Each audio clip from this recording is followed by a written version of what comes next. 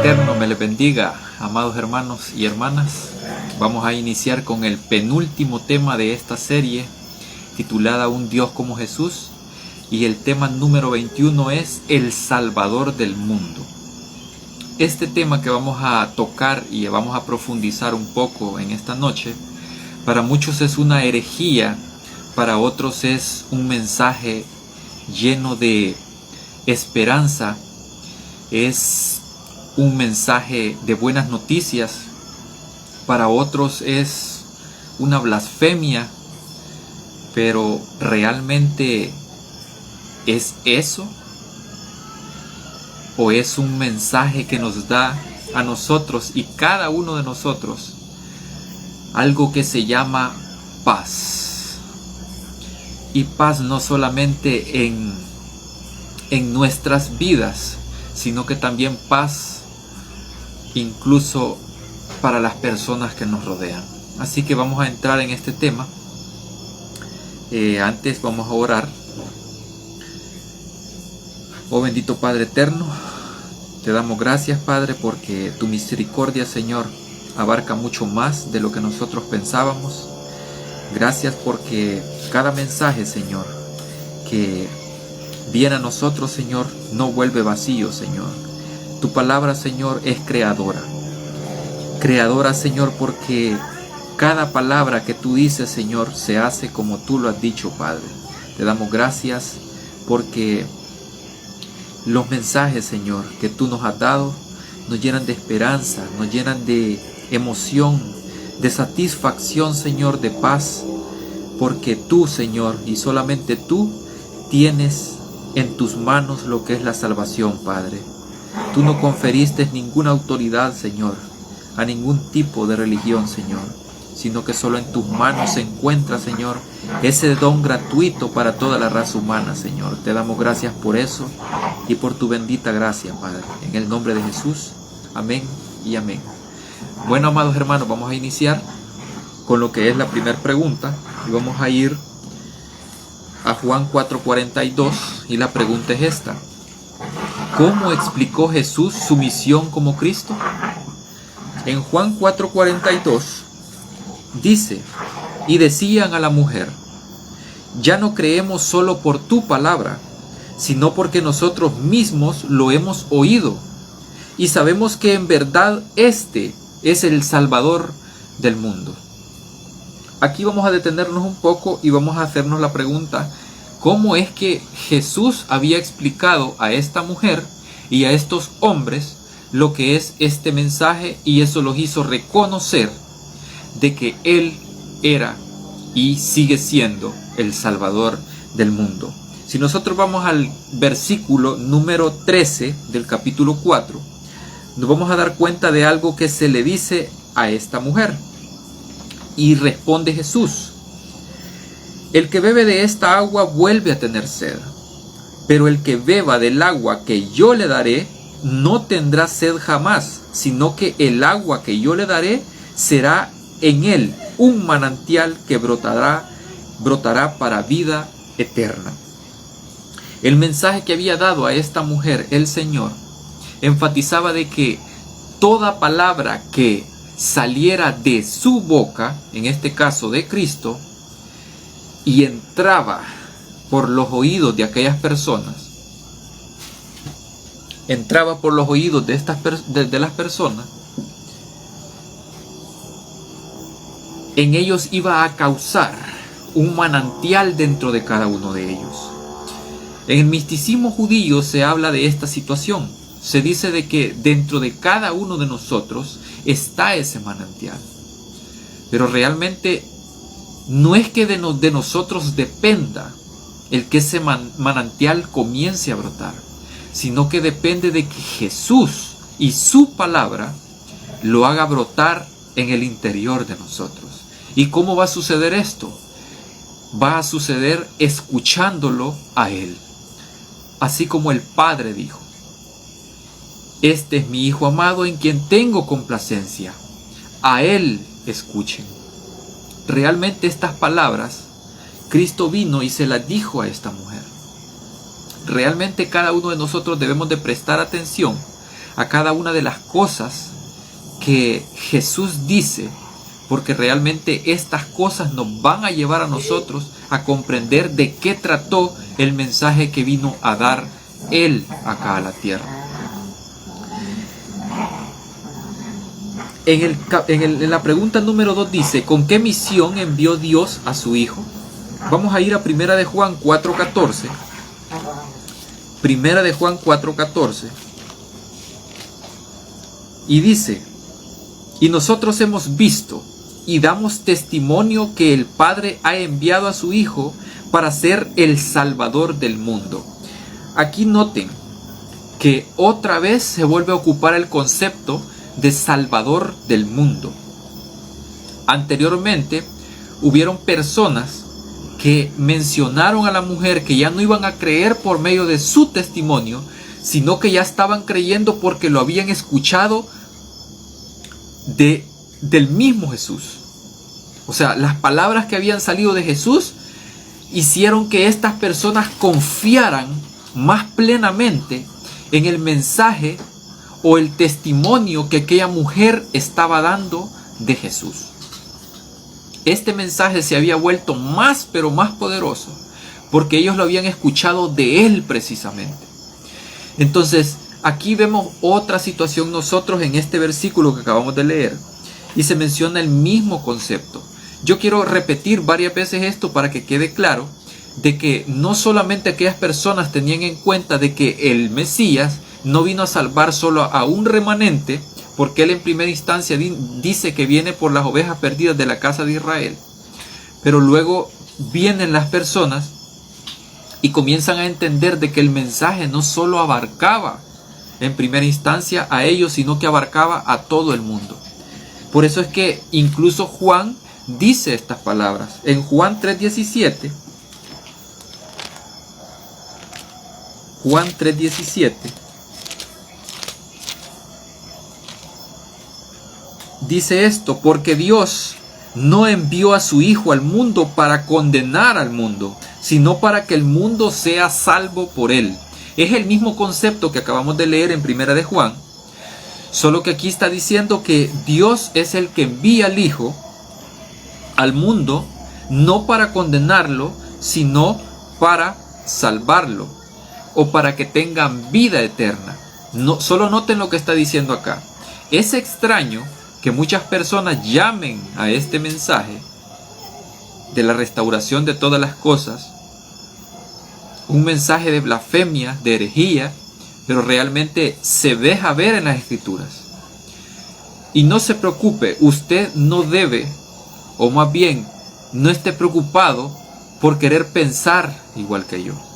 Yo nunca le voy a decir a usted que usted es un tonto o un ignorante porque no cree como yo, porque realmente ese no es el propósito del mensaje, sino que el propósito del mensaje es que usted se dé cuenta de que cada uno de nosotros somos importantes para nuestro Padre.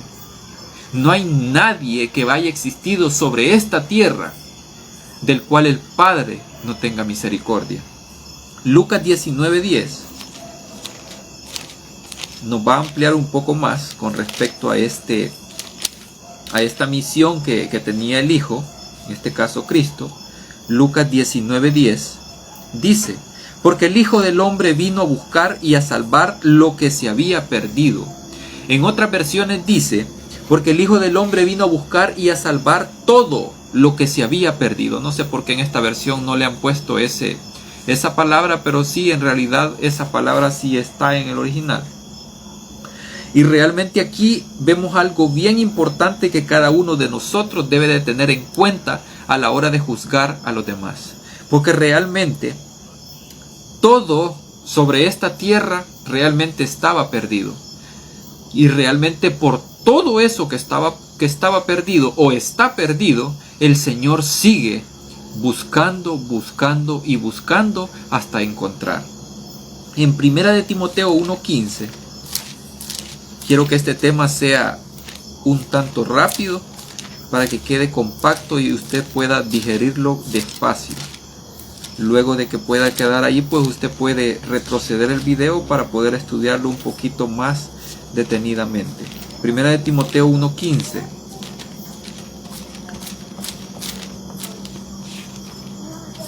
Primera de Timoteo 1:15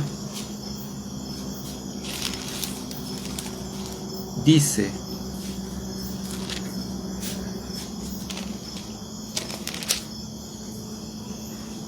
palabra fiel y digna de ser recibida por todos, que Cristo Jesús vino al mundo para salvar a los pecadores, de los cuales yo soy el primero.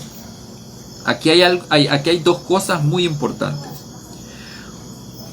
Pablo dice que esto que está predicando, o sea, la gracia del Señor, eso gratuito que Él ofrece, Él dice que es palabra fiel y digna de ser recibida por todos, sin excluir a nadie. Por eso es que Él dice que ya no hay judío ni griego. Aquí abarca a todo el mundo con esas palabras Pablo cuando las dice. Y dice que Cristo vino al mundo para salvar a los pecadores. Yo pregunto, ¿cuántas de las personas que han existido sobre esta tierra eran pecadores? Realmente lo somos todos. No hay ninguna persona, y Pablo lo confirma, que esté excluida de ser pecador. Todos han caído de la gloria del Padre. Todos estamos bajo pecado.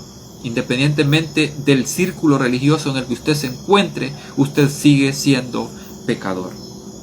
Entonces, esta palabra para nosotros se torna fiel y digna cuando nosotros entendemos de que todo lo que nosotros hacemos realmente son trapos de inmundicia hasta que Él venga y nos transforme.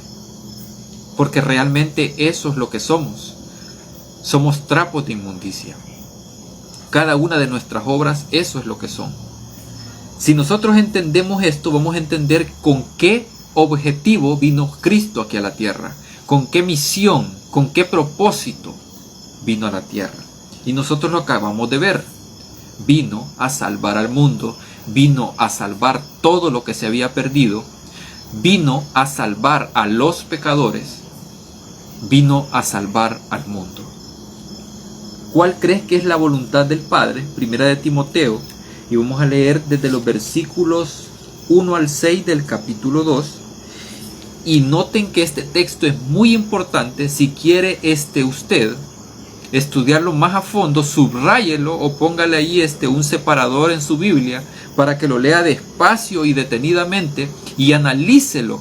Incluso con personas que sean familiares suyos, analícelo y dése cuenta por usted mismo de lo que le está llevando a entender Pablo con esta carta que le dirige a Timoteo. Vamos a leer desde el versículo 1 al 6 del capítulo 2 de Timoteo, primera de Timoteo. Ante todo, insto a que se hagan rogativas, oraciones, pedidos y acción de gracias por todos los hombres, dice acá Pablo, por los reyes y por todos los que están en eminencia, para que vivamos en quietud y paz con toda piedad y dignidad.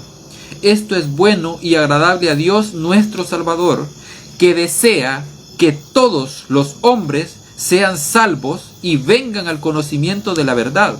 Porque hay un solo Dios y un solo mediador entre Dios y los hombres, Jesucristo hombre, que se dio a sí mismo en rescate por todos. Este testimonio fue dado a su debido tiempo. Solo noten que esto que estoy mencionando yo, no me lo inventé, no me lo saqué de debajo de la camisa, de la manga de la camisa, sino que hasta Pablo lo está diciendo. Y si lo leemos en contexto desde el versículo 1 nos damos cuenta de que Pablo está diciendo, mira, no solo ores por tu círculo religioso, no solo ores por tu círculo de amigos, no solo ores por las personas que tenés cerca, sino que orá por todos los hombres. Esto abarca a los reyes de la tierra, abarca a todos aquellos que viven en este círculo en donde nosotros todos vivimos, en este caso es el mundo, que oremos por todos ellos, porque dice Pablo, en el versículo 3, siempre del capítulo 2 de Primera de Timoteo, esto es bueno y agradable a Dios, nuestro Salvador, que desea que todos los hombres sean salvos y vengan al conocimiento de la verdad. Y yo hago la pregunta acá. Si Dios mismo el Padre eterno, nuestro papito, desea que todos los hombres sean salvos, si Él lo está deseando, ¿acaso no tiene el poder suficiente para lograrlo? No por látigo, no por obligación, sino porque Él tiene un medio poderoso para poder convencer al ser humano de que Él es un Dios justo. Y ese gran poder que tiene se llama amor. En Juan 6, del 39 al 51, Juan 6 del 39 al 51,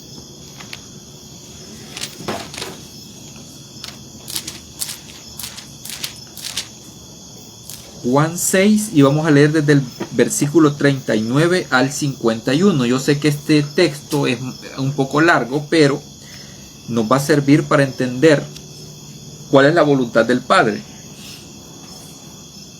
Y dice, y esta es la voluntad del que me envió.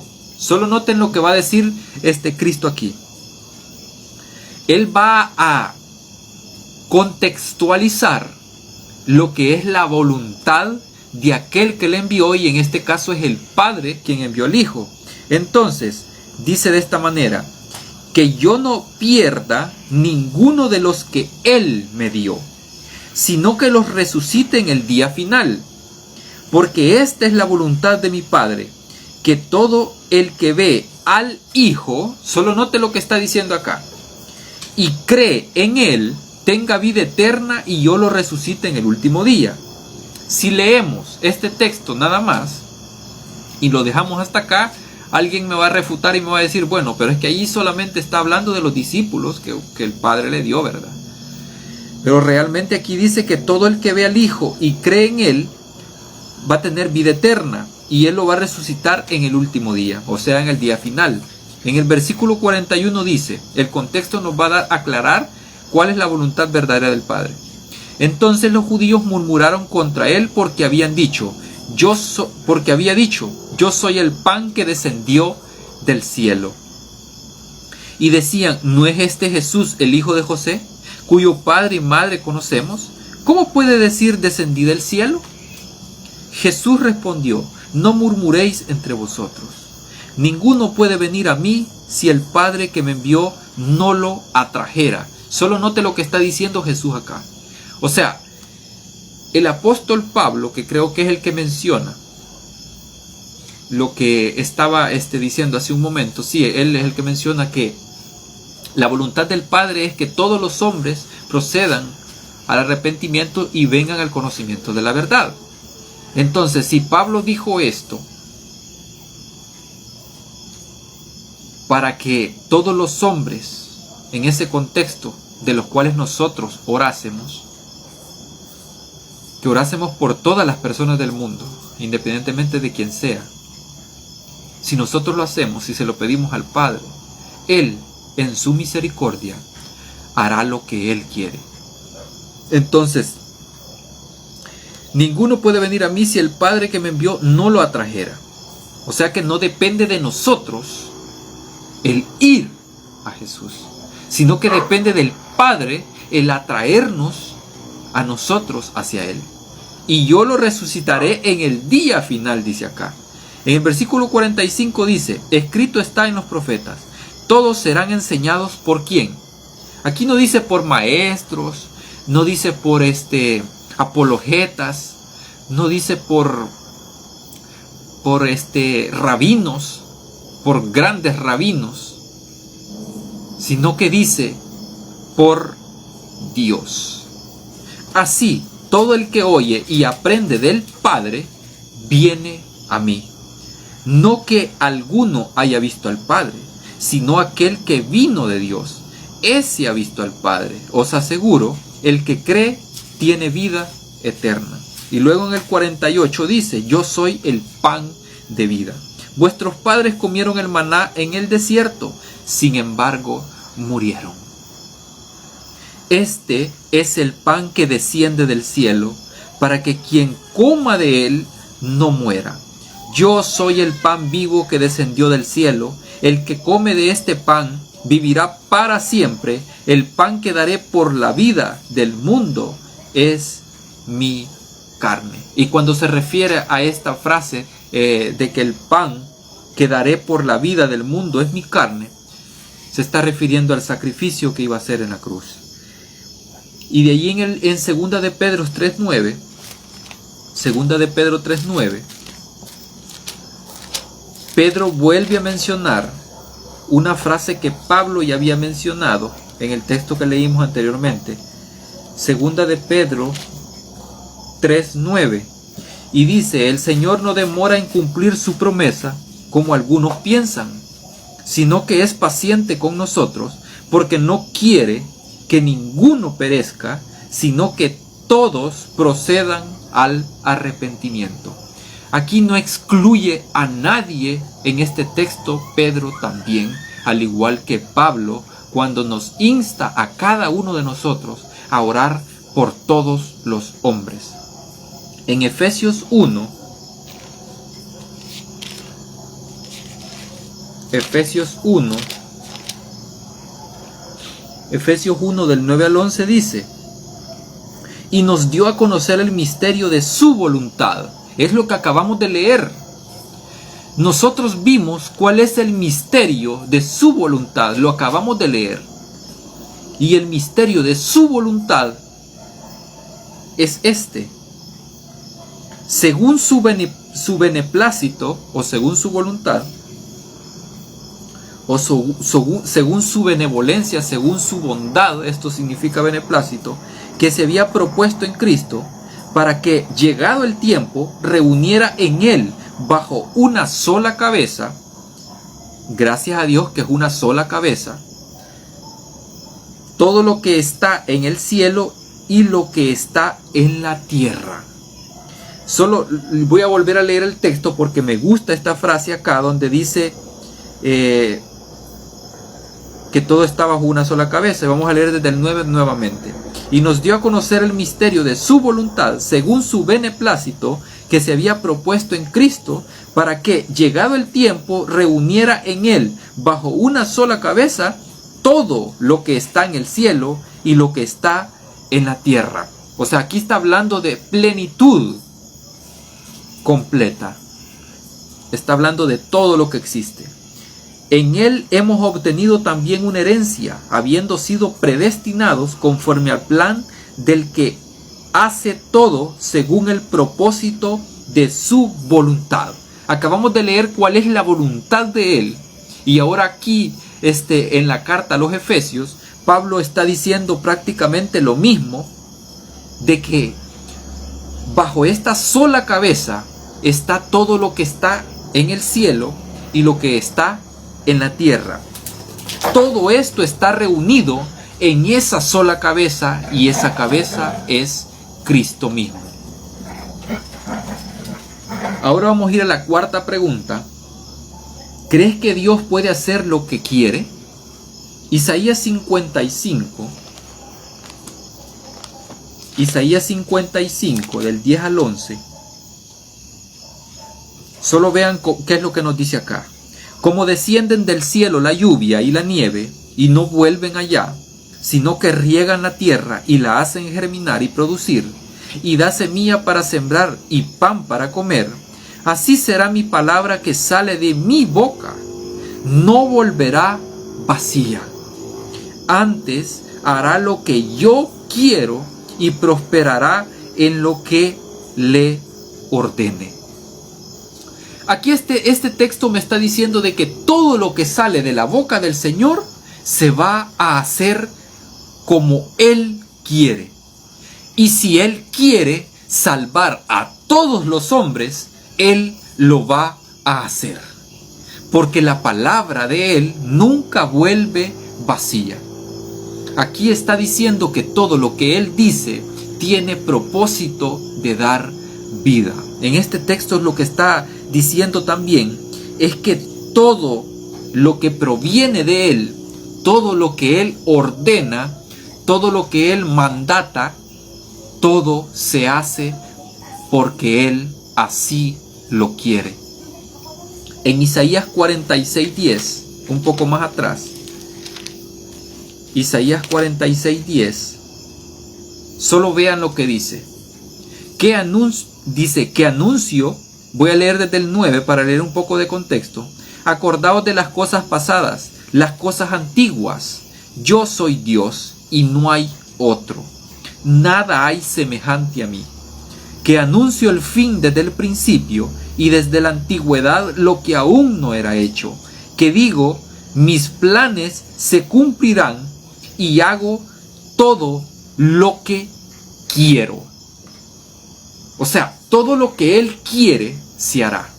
Porque algunos dicen, bueno, es que Dios desea, ¿verdad? Dios quiere que todos sean salvos, que todos los hombres procedan al arrepentimiento, pero eso no quiere decir que todos van a ser salvos.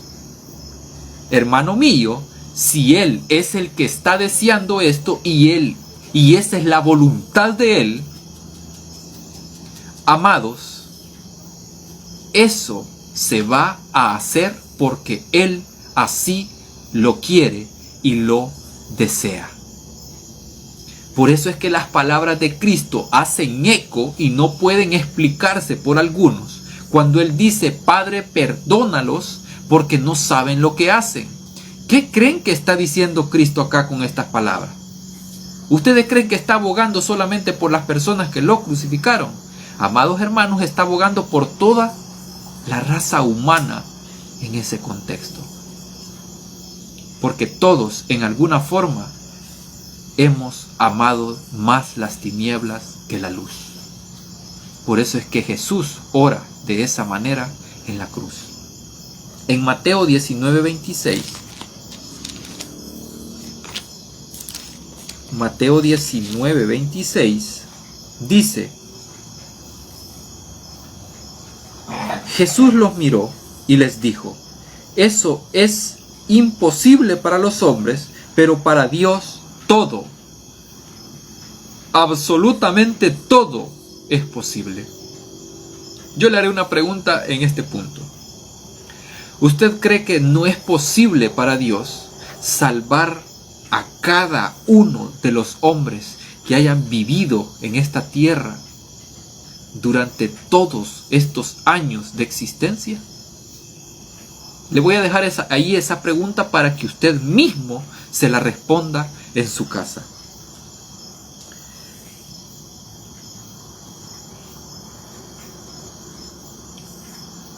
Hay otra cosa interesante acá. En el versículo 23, vamos a leer un poco de contexto del texto que acabamos de leer.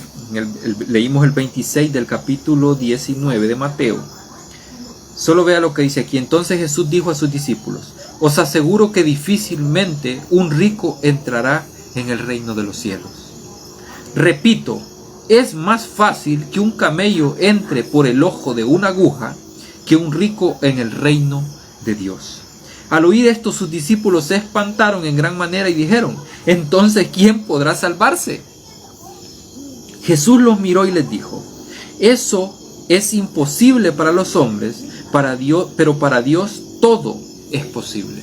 Fíjese que en este contexto, en donde está hablando de lo que son los ricos, el Señor, fíjense que hay personas aún en estos tiempos de que se consideran ricos espiritualmente y ellos consideran que ya no necesitan aprender de nadie, incluso ni siquiera de Cristo, porque ya lo saben todo.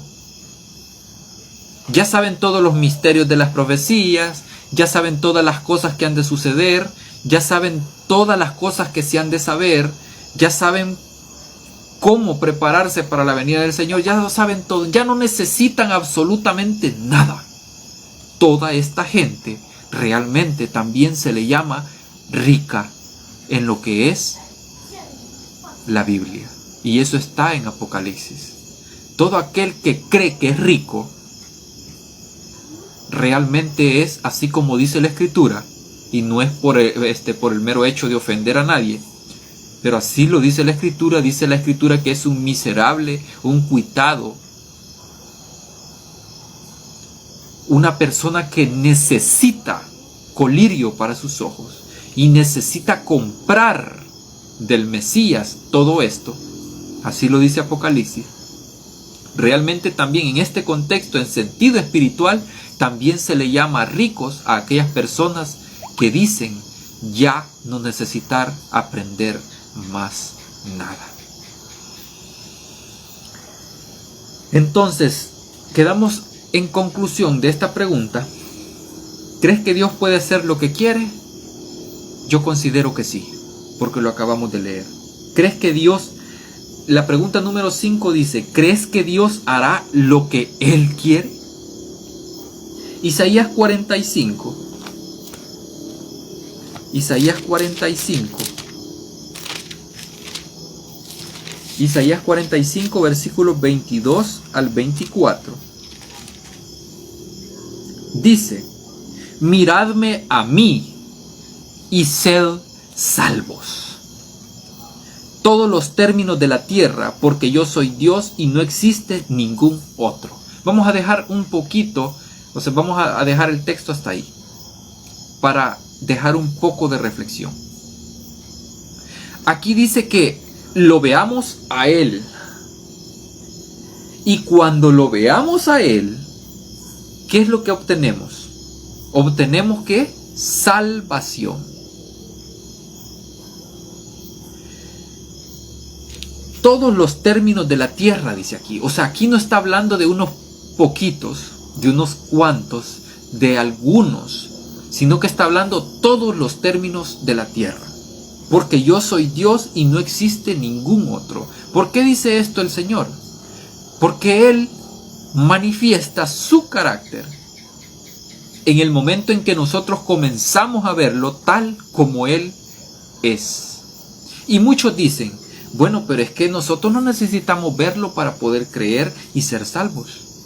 Pero realmente van a haber personas que si no lo ven o no tienen una experiencia como esa, no van a creer. Porque nuestra mente, nuestra capacidad de razonar está tan cegada que no logramos entender de que Él realmente lo que quiere es lo mejor para nosotros, porque somos sus hijos.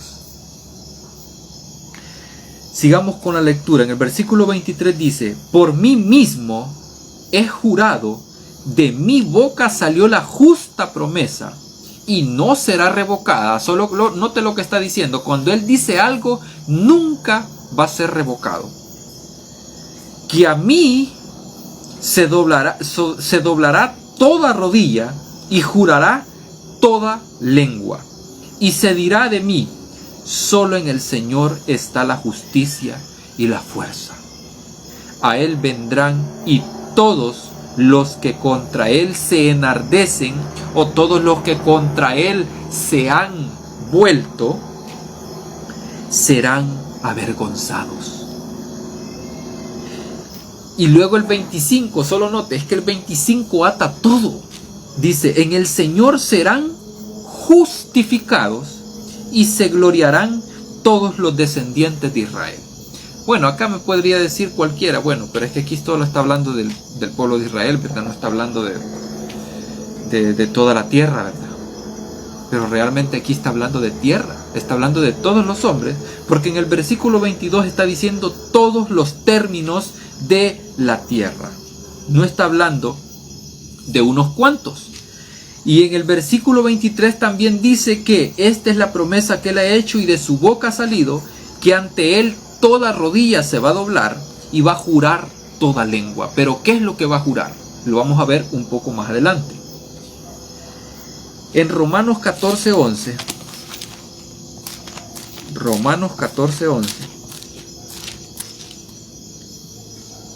solo vea lo que dice.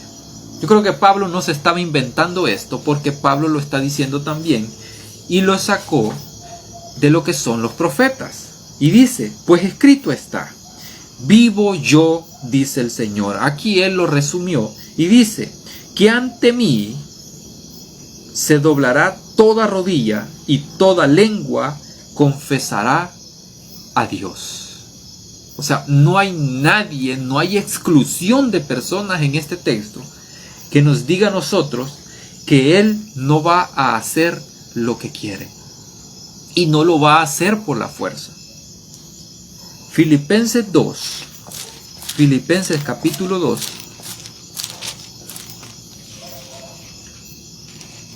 Filipenses capítulo 2, versículos del 9 al 11. Solo note lo que dice. Por eso Dios también lo exaltó hasta lo sumo, en este caso a Cristo, y le dio un nombre que es sobre todo nombre, para que en él, en el nombre de Jesús, se doble toda rodilla de los que están en el cielo y de los que están en la tierra y debajo de la tierra, y toda lengua confiese que Jesucristo es el Señor, para la gloria de Dios el Padre. Fíjense que este texto es tan pero tan importante y crucial, de que aquí nos está diciendo algo muy importante y nos está dando una promesa irrevocable también, de que todas las personas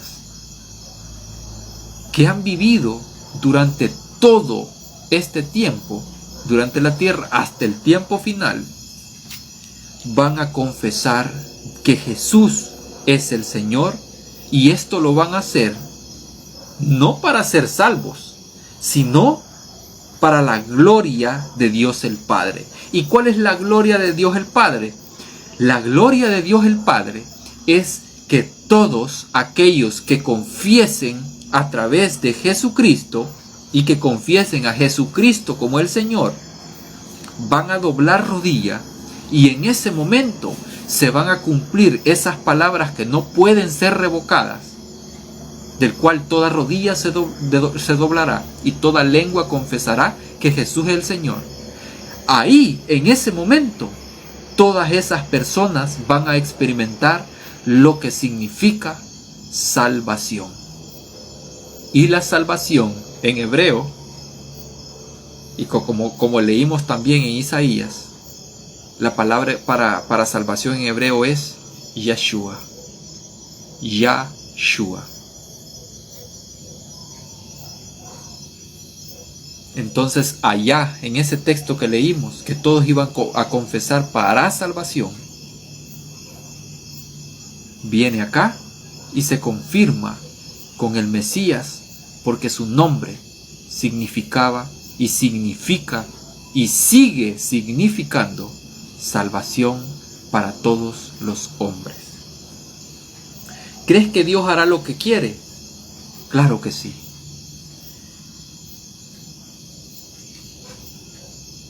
En el enunciado número 6, dice que la palabra confesar en Filipenses 2:11, esta palabra confesar, creo que ni una vez la hemos investigado en lo que es el griego, pero la palabra es exmologeo, y significa reconocer abierta y gozosamente. ¿Qué clase de confesión es la de Jesús es el Señor? O sea, cuando aquellas personas confiesen en aquel día, no lo van a hacer porque tienen miedo de aquel que está ahí enfrente de ellos, sino que lo van a hacer abierta y gozosamente. Leamos Romanos 10 del 9 al 13.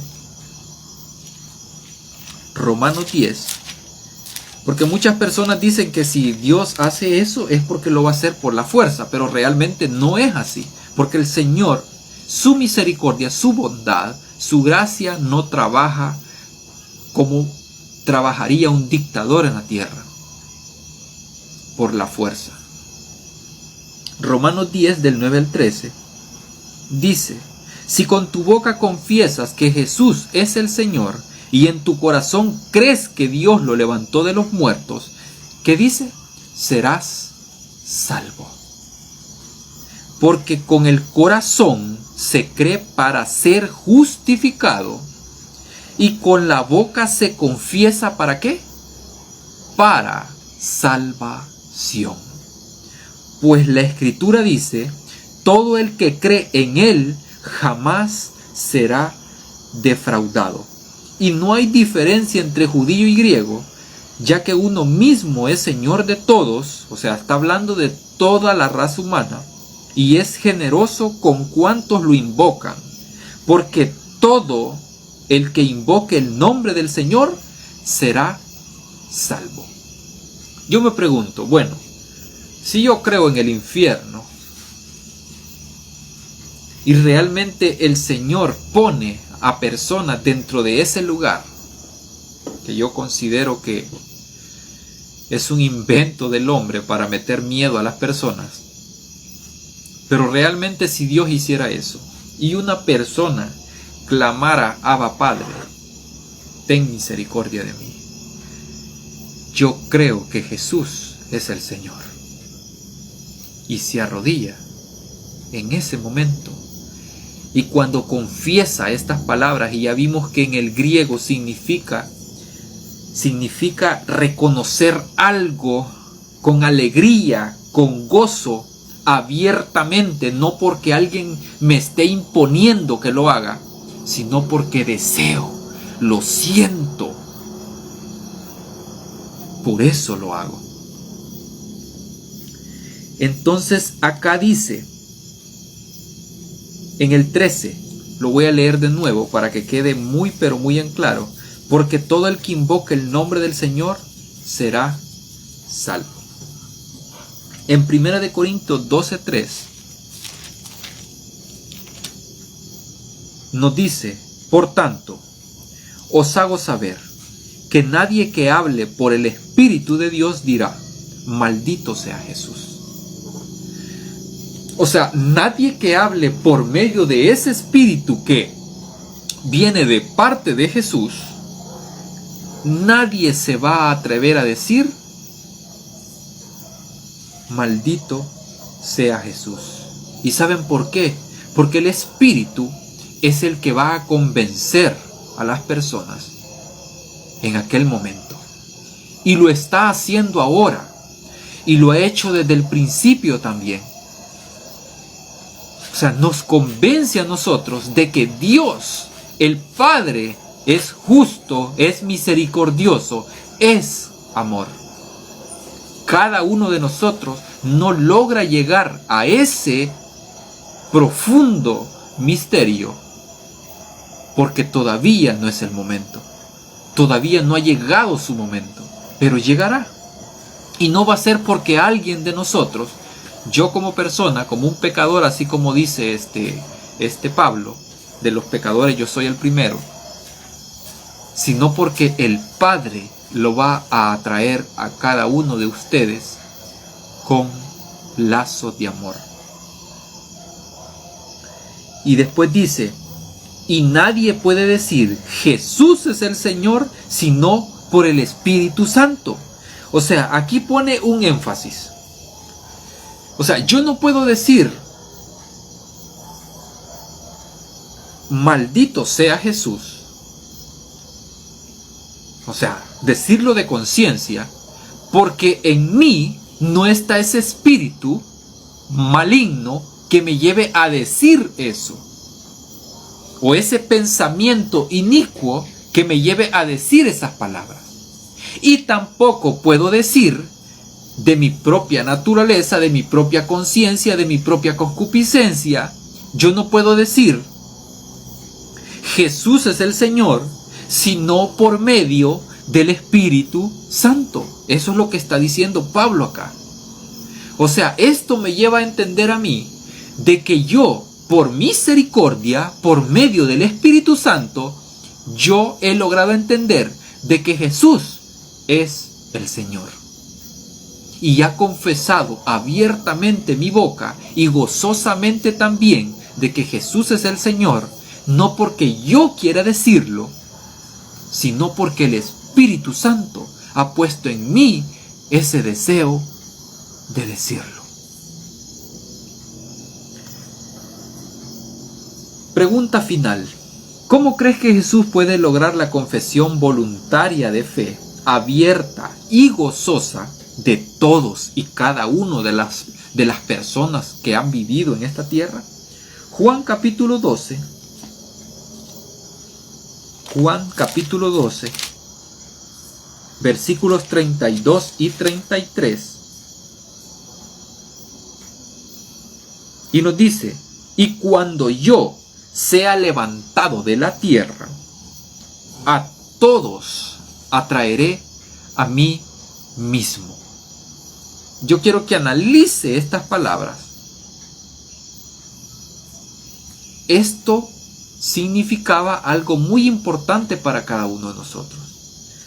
Porque el Espíritu Santo es el que va a atraernos a nosotros. Entonces el Espíritu Santo, ¿quién es entonces? Le dejo ahí para que usted piense y lo profundice en su casa. En el 33 dice, esto dijo para dar a entender de qué muerte había de morir.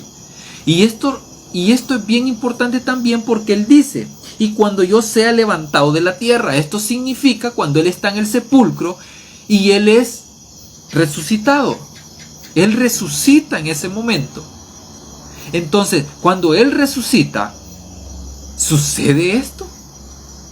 ¿Él atrae a todos en ese momento? Realmente no. En ese momento atrae a unos cuantos, pero en aquel gran momento que va a ser más glorioso que estos momentos, no solamente va a atraer a unos cuantos. Es cierto, hay millones y millones y millones de personas que han creído en el mensaje de salvación, pero más glorioso va a ser el final. Porque al final, hermanos míos, es donde viene el mejor vino. Así como en las bodas de Caná, el mejor vino es servido al final de la fiesta. Y como ustedes saben, esa fiesta es símbolo de la fiesta que se va a vivir en las bodas del Cordero. El mejor vino viene al final. Esto es maravilloso.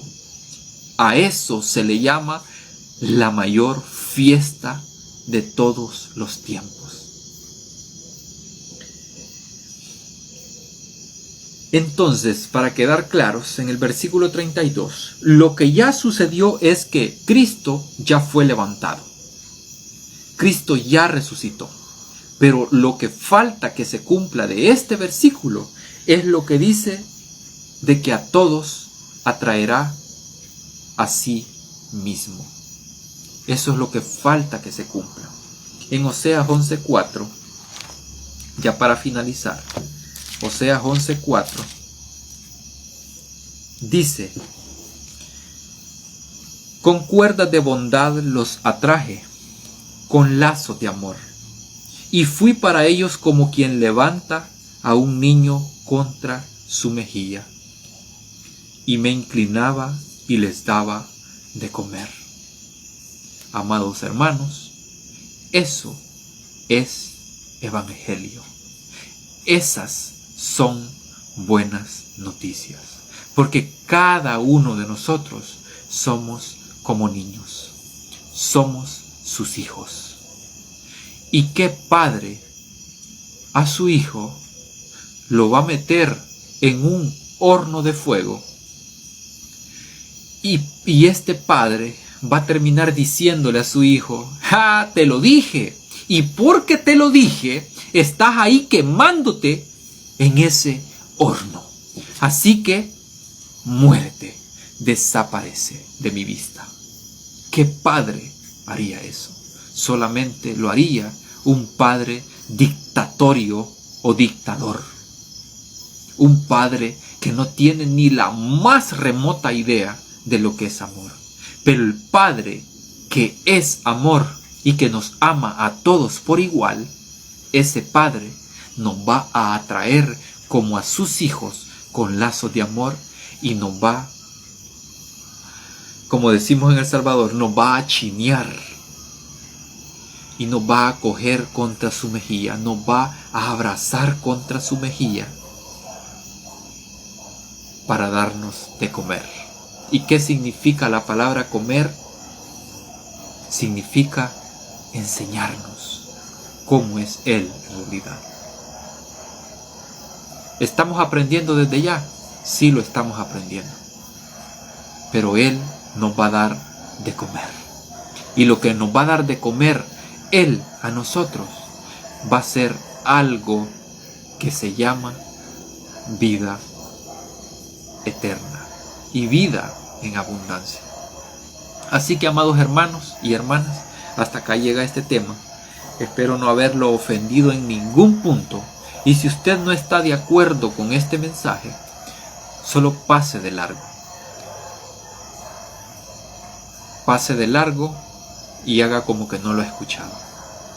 Pero si usted, en algún punto usted está de acuerdo conmigo o tiene dudas, no dude en preguntar. Pero primeramente tiene que ir a Cristo para poder entender. Yo no puedo darle todo lo que usted necesita. Solamente Cristo puede dárselo. Así que hasta acá llega este mensaje. Vamos a orar para que quedemos despedidos. Oh bendito Padre eterno, te damos gracias porque la salvación, Señor, ese Salvador, Señor, que vino al mundo, Señor, no para condenarlo, nos ha ofrecido y nos va a dar, Señor, esa salvación tan anhelada, Padre. Nos va a salvar, Señor, de lo que es el pecado, Señor, que ni nosotros entendemos lo que es, Padre. El pecado es tan profundo, Señor, de que han pasado miles y miles de años, Señor, y aún todavía, Señor, estamos tratando de saber, Señor, qué es lo que ocasionó, Señor, ese pecado, Señor, en cada uno de nosotros. Sabemos lo que significa pecado, Señor, pero no sabemos qué tan profundo y qué tan delicado es ese pecado para nosotros, Padre. Lo vamos a saber, Señor, cuando tú, Señor, nos enseñes qué tan terrible puede ser, Señor. Claro que ahorita tenemos, Señor, vislumbres de lo que puede ser el pecado, porque cada uno de nosotros que hemos pecado, Padre, tenemos que morir, Padre, porque lo hemos hecho. Así como la Escritura dice, la paga del pecado es muerte, Padre. Pero la dádiva, Señor, la gracia que tú nos ofreces es para vida eterna y vida en abundancia, Padre. Te damos gracias por este mensaje, Señor, el cual no condena a nadie, Señor, sino que los atraes con lazos de amor, como dice la Escritura. Los atraes como a tus hijos, los atraes, Señor, a todos, a tu mejilla, Padre, para abrazarlos y decirles: yo siempre te he amado. Te damos gracias, Señor, por esa misericordia, por ese amor que tú nos has ofrecido, Señor, incluso desde antes de la fundación del mundo, Padre. Te damos gracias en el nombre de Jesús por habernos creado, Señor, y vivir, Señor, esta experiencia en esta tierra para poder entender, Señor, de que tú eres justo en todas las dimensiones, Padre. Te damos gracias en el nombre de Jesús. Amén y amén. Bueno, amados hermanos y hermanas, pasen muy buenas noches. Y antes de despedirme, los invito a los que no se hayan suscrito al canal El Reino en Parábolas. Usted puede poner así el título en YouTube para buscarlo, El Reino en Parábolas, y le agrega la palabra canal al final para que le aparezca. Creo que como en el cuarto link, ahí aparece lo que es este canal. Así que si usted no se ha suscrito, suscríbase para poder pues expandir lo que es este mensaje. Lo puede hacer también compartiéndolo con sus familiares y amigos para que este mensaje pueda llegar a todas las naciones.